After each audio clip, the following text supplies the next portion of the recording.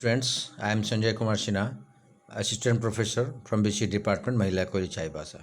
Today, we will start paper Programming in C of BCA first semester. And today, we will read topics Fundamental of C. And today, this is first lecture. Okay. First of all, History of C language. C programming language was developed in 1972 by Dennis Ritchie at Bell Laboratories of AT&T American Telephone and Telegraph located in the USA. ये paper देखिए हम लोग already हालांकि पढ़ चुके हैं, मैंने notes के थ्रू आपको पढ़ाया है, बट एक वीडियो लेक्चर के थ्रू भी आपको मैं इसमें बहुत सारा चीज़ नया नया से बता रहा हूँ और उसको फिर से एक बार हम लोग एक्सप्लेन करेंगे और इससे भी आप पढ़ेंगे तो आपको ज़्यादा समझ में आएगी। तो सबसे पहले हम लोग सी का हिस्ट्री कब स्टार्ट हुआ, तो 72 में स्टार्ट हुआ। डेनिस रिची जो साइंटिस्ट थे उन्होंने स्टार्ट किया और कहाँ स्टार्ट किया, तो AT&T एक अमेरिका में एक कंपनी है USA में जो उनके द्वारा वो स्टार्ट किया गया। Dennis Ritchie is known as the founder of the C language और हम लोग डेनिस रिची को जानते हैं कि सी लैंग्वेज का वो फाउंडर है। इनके द्वारा बहुत सारे लैंग्वेज डेवलप किया गया, जैसे बी आप देख रहे हैं प्रीवियस लैंग्वेज बी पहले आया, फिर BCPL, हालांकि अब सब हम लोग नहीं पढ़े हैं बट ये सब पहले स्टार्ट किया गया था सी स्टार्ट होने से पहले 72 से पहले। इनिशियली सी लैंग्वेज और develop to be used in Unix operating system. और सी को डेवलप किस में किया गया है, देखिए यूनिक्स ऑपरेटिंग सिस्टम उसमें सबसे पहले उसके लिए डेवलप किया गया था। Still be suffered from drawback, जो बी इससे पहले सी लैंग्वेज से पहले जो बी लैंग्वेज आया था उसमें बहुत सारे प्रॉब्लम्स थे, as it did not understand, जिसमें डेटा टाइप्स वगैरह नहीं समझ पाता था या जो हम लोग स्ट्रक्चर देते थे समझ नहीं पाता था। तो वो ड्रॉबैक ख़त्म करने के लिए, वो प्रॉब्लम सुलझाने के लिए डेनिस रिची ने न्यू प्रोग्रामिंग लैंग्वेज डेवलप किया जिसका नाम रखा सी। और इसमें बहुत सारे जो प्रोग्रामिंग लैंग्वेज में सिंटैक्स थे वो सभी इसमें उसने रखा, डेटा टाइप्स या कुछ और भी कुछ चेंजेस जो करना था वो उन्होंने किया। सी वाज डेवलप्ड 71 to 73, इस दौरान ये डेवलप किया गया और इसमें हाई लेवल फंक्शनलिटी और बहुत सारे ऑपरेटिंग सिस्टम के नए नए फीचर इसमें ऐड किए गए। इंपॉर्टेंस ऑफ सी, अब सी का हम लोग जान लें इंपॉर्टेंस क्या है। तो ये देखिए, as a middle level language C combines of feature of both high level and low level language. चूँकि हम लोग इसको देखे पढ़ रहे हैं कि मिडिल लेवल लैंग्वेज है, ये हाई और लेवल लो दोनों को ही कंबाइन करता है, इसीलिए इसको मिडिल लेवल बोला गया है। ये लो लेवल प्रोग्रामिंग को भी यूज करता है और इसमें कई सारे हाई लेवल प्रोग्रामिंग लैंग्वेज के फंक्शन को भी सपोर्ट करता है, जैसे सॉफ्टवेयर एप्लीकेशन के लिए भी। सी जो है स्ट्रक्चर प्रोग्रामिंग लैंग्वेज है which allows to complex program to be broken into simpler program called functions. देखिए एक राइट साइड में हमने डायग्राम एक आपको शो किया है सी लैंग्वेज का जो फीचर्स है। जैसे ये पोर्टेबल है, देखिए ऊपर से पोर्टेबल है, mid level, structured, rich library, ठीक है, extensible, recursion, pointers, faster, memory management, simple. तो ये सारे इसके फीचर हैं जिसके थ्रू आज भी हम लोग सी, देखिए 72 से स्टार्ट किया गया बट आज भी हम लोग उसको पढ़ते हैं। और मुझे लगता है कि जितने भी टेक्निकल कोर्सेज जो हैं, या बीटेक है या BCA है या MCA है या बहुत सारे कोर्सेज जो हैं जो भारत में चलते हैं, तो इस सारे कोर्सेज में ये सी को पढ़ाया जाता है। बीटेक में भी अगर आप कोई भी इंजीनियरिंग कर रहे हो, चाहे इलेक्ट्रिकल हो इलेक्ट्रॉनिक्स हो, सब जगह सी को पढ़ना होता है, क्योंकि यहाँ से हम लोग मानते हैं कि जो भी प्रोग्रामिंग लैंग्वेज होता है ना, उसका एक बेसिक फंडामेंटल हम लोग यहाँ से सीखते हैं और इसके थ्रू हम लोग बहुत सारी चीज़ें जो सीखते हैं और आज भी कई सारे प्रोग्रामिंग लैंग्वेज में उसको यूज किया जा रहा है। ठीक है, नेक्स्ट जो देखिए आप यहाँ पर कुछ अलग से हमने यहाँ लिखा है जो इसके इम्पोर्टेंस में है, पॉइंट है। सी लैंग्वेज इज केस सेंसिटिव, ठीक है, केस सेंसिटिव मतलब अपर केस और लोअर केस, कैपिटल लेटर या स्मॉल लेटर में अगर लिखेंगे तो दोनों का ट्रीट अलग अलग करेगा, तो ये ध्यान से हम लोग को इसमें प्रोग्राम लिखना है। सी जो है पोर्टेबल है, छोटा कहीं भी इसको आराम से हम लोग विंडोज़ या यूनिक्स या लिनक्स ऑपरेटिंग सिस्टम में हम लोग इसको मूव कर सकते हैं, इसको यूज कर सकते हैं। C is a general purpose programming language, इसका यूज हम लोग जनरली गेम्स, ग्राफिक्स, एप्लीकेशन है ना, कैलकुलेशन, कहीं भी इस तरह का प्रोग्रामिंग लैंग्वेज को हम लोग यूज़ कर सकते हैं, इसके थ्रू हम लोग सॉफ्टवेयर डेवलप कर सकते हैं। सी लैंग्वेज में जो है कई सारे रिच लाइब्रेरी फंक्शंस हैं जिसको हम लोग अलग अलग डायनेमिक मेमोरी एलोकेशन के रूप में हम लोग यूज करते हैं। तो ये सारे इसके फीचर्स थे। अब यहाँ आप एक सैम्पल प्रोग्रामिंग देखेंगे कि सी प्रोग्राम एक्चुअली होता क्या क्या है। तो प्री प्रोसेसर कमांड, सबसे पहले हम लोग जो प्री प्रोसेसर कमांड जो यूज़ करते हैं, जो प्री प्रोसेसर डायरेक्टिव के रूप में यूज करते हैं, जिसको लाइब्रेरी फाइल या हेडर फाइल हम लोग कर सकते हैं। फंक्शंस यूज करते हैं, वेरिएबल्स यूज करते हैं, स्टेटमेंट एंड एक्सप्रेशन यूज करते हैं, कमेंट्स यूज करते हैं। सिंपल देखिए एक छोटा सा यहाँ पर हम लोगों ने कोडिंग किया हुआ है सैम्पल प्रोग्रामिंग का, जिसमें हम लोग प्रिंट करेंगे वेलकम महिला को ले चाय भाषा। देखिए हैश इंक्लूड stdi.h, तो अगर हम पूरा का बात करें हैश से लेकर लास्ट तक stdi तक, ये कंप्लीट को बोलेंगे हम लोग प्री प्रोसेसर डायरेक्टिव, है ना। और इसमें जो हैश इंक्लूड वो प्री प्रोसेसर कमांड्स है, stdi.h है वो है आपका हेडर फाइल या लाइब्रेरी फाइल है, ठीक है, जिसका यूज हम लोग इस प्रोग्राम में जो भी इनपुट आउटपुट होता है उसके सपोर्ट के लिए ये हेडर फाइल का या लाइब्रेरी फाइल का यूज करते हैं। इंट मेन फंक्शन हमारा यहाँ से स्टार्ट होता है। अब नीचे देखिए कमेंट्स लाइन हम लोग लिखा है माई फर्स्ट प्रोग्राम इन सी। नीचे प्रिंटफ स्टेटमेंट जो है वो पूरा प्रिंट करेगा, वही डिस्प्ले करेगा। रिटर्न 0, चूँकि इसमें कोई रिटर्न इसमें कोई आपका इंटीजर रिटर्न नहीं है आउटपुट, इसलिए सिर्फ मैसेज डिस्प्ले करेगा, तो इसलिए रिटर्न 0। और नीचे हम लोग ब्रैकेट क्लोज किए। तो इस तरह से हम लोग यहाँ पर देखिए अब इसके बारे में थोड़ा एक्सप्लेन कर ले हम लोग। लेटेस्ट टू इसको पूरा एक्सप्लेन कर ले। देखिए पहला लाइन जो था हैश इंक्लूड stdi.h, उसको बताए पहले प्री प्रोसेसर कमांड है जो कि सी को बताता है, ये कंपाइलर सी के कंपाइलर को कि stdi.h जो हेडर फाइल है उसको इंक्लूड करना है। और कब? Before going to actual compilation, जब एक्चुअल कंपाइलेशन कंपाइल करता है उसके पहले इसको इंक्लूड कर लेना है। ये already pre defined header file होता है जो हम लोग इसको इंक्लूड करते हैं। नेक्स्ट लाइन जो इंट मेन है, ये मेन फंक्शन है जहाँ से हमारा प्रोग्राम स्टार्ट होता है।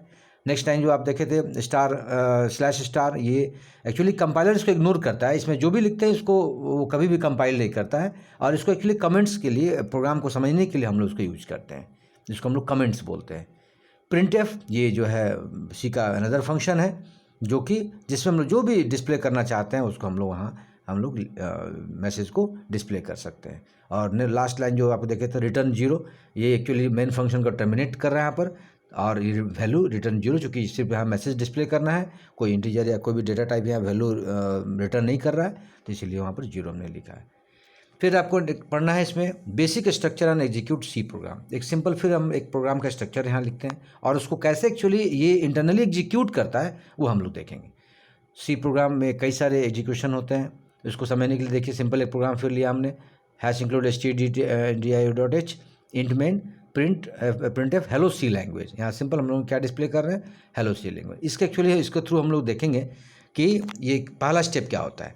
सी प्रोग्राम जब हम लोग सोर्स कोड लिखते हैं, जो ऊपर में आप देखें वो सोर्स कोड है, सबसे पहले ये प्री प्रोसेसर सबसे पहले इसको भेजता है, फर्स्ट वहाँ भेजता है। Preprocessor is responsible to convert preprocessor directive into their respective values. Actually preprocessor जो ऊपर में जो हैश इंक्लूड में यूज कर रहे हैं उसका काम क्या है, सबसे पहले जब कंपाइल इसको करता है तो जो भी उसके अंदर में वैल्यू जो भी हम लोग उसको जिसके लिए सपोर्ट ले रहे हैं तो वो सबसे पहले उसको एक्सपैंड करता है, सोर्स कोड में जनरेट करता है। पहला ये स्टेप हो गया। सेकेंड जो देखिए यहाँ expanded source code is send to compiler, फिर वो जो सोर्स कोड एक्सपैंड कर दिया अब वो कंपाइलर को भेजता है और फिर उसको कंपाइल करके उसको असेंबली कोड में कन्वर्ट कर देता है। थर्ड स्टेप इसका है असेंबली कोड, फिर कहाँ भेजता है, असेंबलर में, जो वहाँ पर सारे ऑब्जेक्ट कोड को फिर वहाँ पर असेंबल करके और फाइनली simple.obj जो फाइल हम लोगों ने यहाँ सेव किया था उसमें जनरेट कर देता है। फिर ऑब्जेक्ट कोड को लिंकर में भेजता है, जहाँ जो भी हेडर फाइल में जो हम लोगों ने लिया था उसको लिंक करता है, देन उसको एग्जीक्यूटेबल कोड में फिर कन्वर्ट कर देता है और फिर सिंपल फाइल वो जो जनरेट कर देता है, एक्सी फाइल मतलब एग्जीक्यूटेबल फाइल जनरेट हो जाता है। The executable code is send to loader, फिर जो एग्जीक्यूटेबल कोड होता है फिर लोडर में जाता है और मेमोरी में जाकर एग्जीक्यूट करता है। अब हम लोग जो भी हम लोग उसका आउटपुट देखते हैं वो हम लोग कंसोल मतलब जो कमांड जहाँ हम लोग यूज करते हैं वहाँ हम लोग डिस्प्ले कर पाते हैं। तो इस तरीके से हम लोगों ने यहाँ पर देखा कि कैसे सी प्रोग्राम एग्जीक्यूट करता है इंटरनली। अब नेक्स्ट टॉपिक आपको इसमें पढ़ना है कॉन्स्टेंट्स। कांस्टेंट क्या होता है, जहाँ जब भी हम लोग सी में कोई अगर डिफाइन करना चाहते हैं, कोई भी अगर हम लोग वेरिएबल स्टोर करना चाहते हैं जो कि हम लोग मॉडिफाई नहीं करना चाहते, एक बार डिफाइन कर देंगे और वो फिक्स अगर हम लोग चाहते हैं वैल्यू को प्रोग्राम में स्टोर करना तो हम लोग कांस्टेंट यूज करते हैं। There can be any type of constant like integer, float, octal, hexadecimal, character, बहुत सारे कांस्टेंट हम लोग ले सकते हैं। नीचे एक सिंपल हमने एग्जाम्पल लिया है, देखिए अब यहाँ पर the integer that are too big to fit into an int will be taken as long. मान लीजिए कि इंटीजर हमें हम लोग बहुत सारे बड़ा डिजिट लेना है तो हम लोग लॉन्ग फिट डेटा टाइप हम लोग वहाँ पर ले सकते हैं। अब देखिए सिंपल stdi.h कांस्टेंट हमने लिया, डिफाइन हैज़ डिफाइन वैल 10, ये एक्चुअली जो हम लोग मेन से ऊपर लिखा, तो ये क्या है, एक्चुअली ग्लोबल कांस्टेंट है, मतलब इसका यूज हम लोग कहीं भी यूज करेंगे। तो ये जो भी हम लोगों ने फिक्स कर दिया, डिफाइन कीवर्ड से सारे कांस्टेंट हम लोगों ने फिक्स कर दिया। तो वैल का जो वैल्यू है 10 वो डिस्प्ले करेगा, फ्लोट वैल 4.5, कैर वैल जी। अब इस तरह से हम लोग यहाँ प्रिंटफ में डिस्प्ले करेंगे तो इंटीजर कांस्टेंट को डिस्प्ले करेगा, फ्लोटिंग पॉइंट को डिस्प्ले करेगा और कैरेक्टर कांस्टेंट को डिस्प्ले करेगा। जो हम लोगों ने यहाँ फिक्स कर दिया वही पूरे प्रोग्राम में हम लोगों को यूज करना है और उसको हम लोग आगे चेंज नहीं कर सकते हैं। तो देखिए यहाँ पर आउटपुट में हमने शो किया इंटीजर कांस्टेंट जो हमने लिया था, जो फ्लोटिंग पॉइंट लिया था, जो कैरेक्टर कांस्टेंट लिया था वो डिस्प्ले किया। तो सिंपल हम लोगों ने यूज देखा कि कैसे कांस्टेंट का यूज करते हैं। नेक्स्ट है वेरिएबल। वेरिएबल क्या है आप जान रहे हैं, वेरिएबल को जब भी कोई स्टोर करना चाहते हैं कोई वैल्यू और उसको हम चाहते हैं कि एग्जीक्यूशन टाइम में उसको हम लोग चेंज करना चाहें तो हम लोग यहाँ चेंज कर सकते हैं। जैसे कांस्टेंट हम लोग चेंज नहीं कर सकते थे बट वेरिएबल में हम लोग चेंज कर सकते हैं। वेरिएबल का काम ही है कि जो भी हम लोग डेटा स्टोर करना चाहें उसमें उस वेरिएबल में हम लोग स्टोर कर सकते हैं। Different type of variable require different amounts of memory, अलग अलग जगह उसका स्टोर होता है। अल्फ़ाबेट जैसे upper case, lower case, number, underscore, character, इस तरह से हम लोग स्टार्ट कर सकते हैं। किसी भी नंबर से हम लोग वेरिएबल स्टार्ट नहीं कर सकते। आप नीचे एक एग्जांपल हम उन्हें दिए, देखिए हैश इंक्लूड std.di.h इंटमेन में देखिए यहाँ पर हमने कैर डेटा टाइप हो गया और A123 जो वेरिएबल लिया हम लोगों ने उसमें हम लोगों ने A असाइन किया, फिर फ्लोट B, ठीक है, B एक वेरिएबल लिया, फिर इंट C, फिर देखिए D45, जो भी हम लोगों ने अलग अलग वेरिएबल लिया।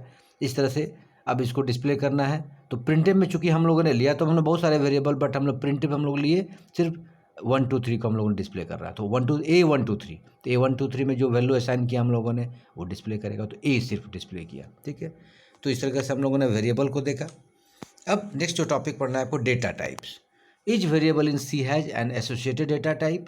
डेटा टाइप जो होता है, जो अभी हम लोग जस्ट देखे कि वेरिएबल और कांस्टेंट से पहले यूज कर रहे थे, मतलब किस टाइप का डेटा हम लोग यूज करना चाहते हैं तो वो हम लोग को पहले डिफाइन करना पड़ता है और वेरिएबल के पहले या कांस्टेंट के पहले हम लोगों को लगाना होता है, उसको इंक्लूड करना होता है।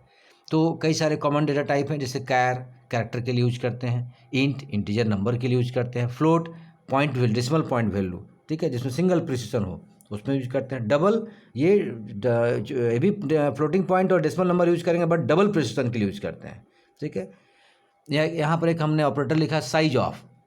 किसी वेरिएबल का अगर साइज को चेक करना है तो हम लोग साइज ऑफ ऑपरेटर का यूज हम लोग कर सकते हैं। नीचे हमने प्रोग्राम में यूज करके दिखाया। अब यहाँ पर देखिए वेरिएबल हम लोग डेटा अलग अलग डेटा टाइप यूज कर रहे हैं, वेरिएबल भी यूज कर रहे हैं। तो इंट ए इंट डेटा टाइप हो गया, ए वेरिएबल हो गया, 1 उसमें हम लोगों ने वैल्यू असाइन किया। फिर कैर अलग लिया, डबल अलग लिखे, डबल में हमने डबल प्रिसिशन लिया।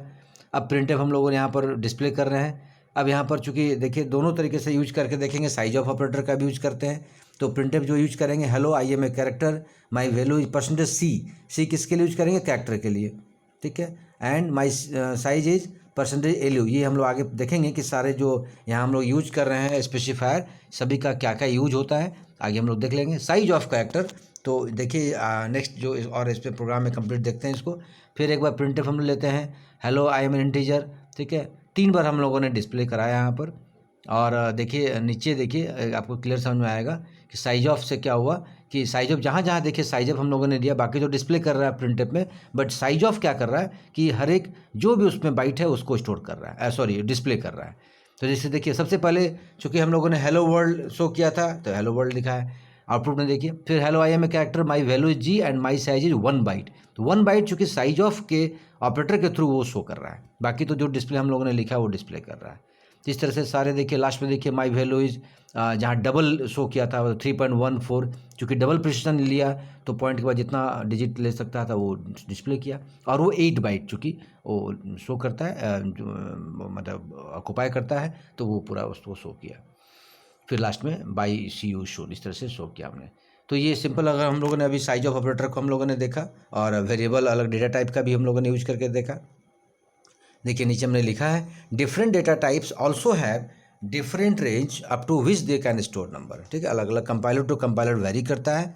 और कुछ आपको नेक्स्ट स्लाइड में मैंने एक आपको देखिए एक पूरा चार्ट हमने दिया और इसको आप नोट कर लेंगे और ताकि आपको समझ में आएगा। देखिए जो अभी हम लोग डिस्कस कर रहे थे फॉर्मेट स्पेसिफायर, तो बहुत सारे तो यूज आप करते हैं, लेकिन हर एक का कहाँ यूज होगा, किस डेटा टाइप में यूज होगा, कौन कितना बाइट्स वो मतलब आपको रखता है, ऑक्यूपाई करता है, स्टोर करता है, वो यहाँ देखा। रेंज चूँकि याद करने की जरूरत नहीं है, range computer to computer vary करता है, तो ठीक है। मेन इसमें याद करना है कि जो भी डेटा टाइप यूज कर रहे हैं उसका मेमोरी कितना वो ऑक्यूपाई करता है, और फॉर्मेट स्पेसिफायर क्या है, चूँकि प्रोग्राम जब आप लिखोगे तो उसमें फॉर्मेट स्पेसिफायर यूज करना पड़ेगा।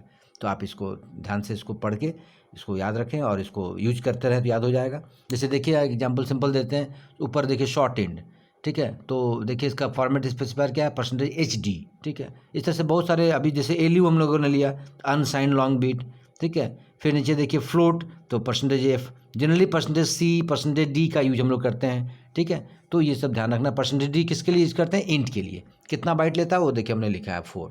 तो इस तरह से इसको याद रखना है। अब जो टॉपिक पढ़ना है हम लोग को, ऑपरेटर्स।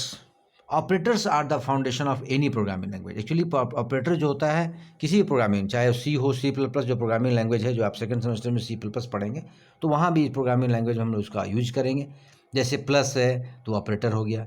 देखिए यहाँ पर हमने नीचे लिखा है सी में सी साइन A+B, तो प्लस क्या है इसमें, ऑपरेटर है, और उसको क्या बोलेंगे, एडिशन ऑपरेटर। और ए और बी जो है वो ऑपरेंड बोलेंगे वहाँ पर, ठीक है। और यहाँ पर चूंकि एडिशन ऑपरेटर क्या करेगा कि ए और बी दोनों ऑपरेंड को ऐड करेगा। नीचे देखिए ग्रीन कलर में आपको ऑपरेटर सी के बारे में कुछ यहाँ पर हमने ब्रीफ कर दिया है। जैसे ऑपरेटर देखिए बीच में दिख रहा है प्लस प्लस माइनस माइनस, इसको यूनरी ऑपरेटर बोलते हैं। फिर देखिए नीचे लेफ्ट साइड में इसको अलग अलग देखिए क्लियर कर दिया। यूनरी ऑपरेटर तो प्लस प्लस माइनस माइनस हो गया, बट बाइनरी ऑपरेटर में चूंकि जहाँ 2 ऑपरेंड यूज करेंगे उसको बाइनरी ऑपरेटर बोलते हैं, जिसमें अर्थमेटिक ऑपरेटर होगा, रिलेशनल ऑपरेटर, लॉजिकल ऑपरेटर,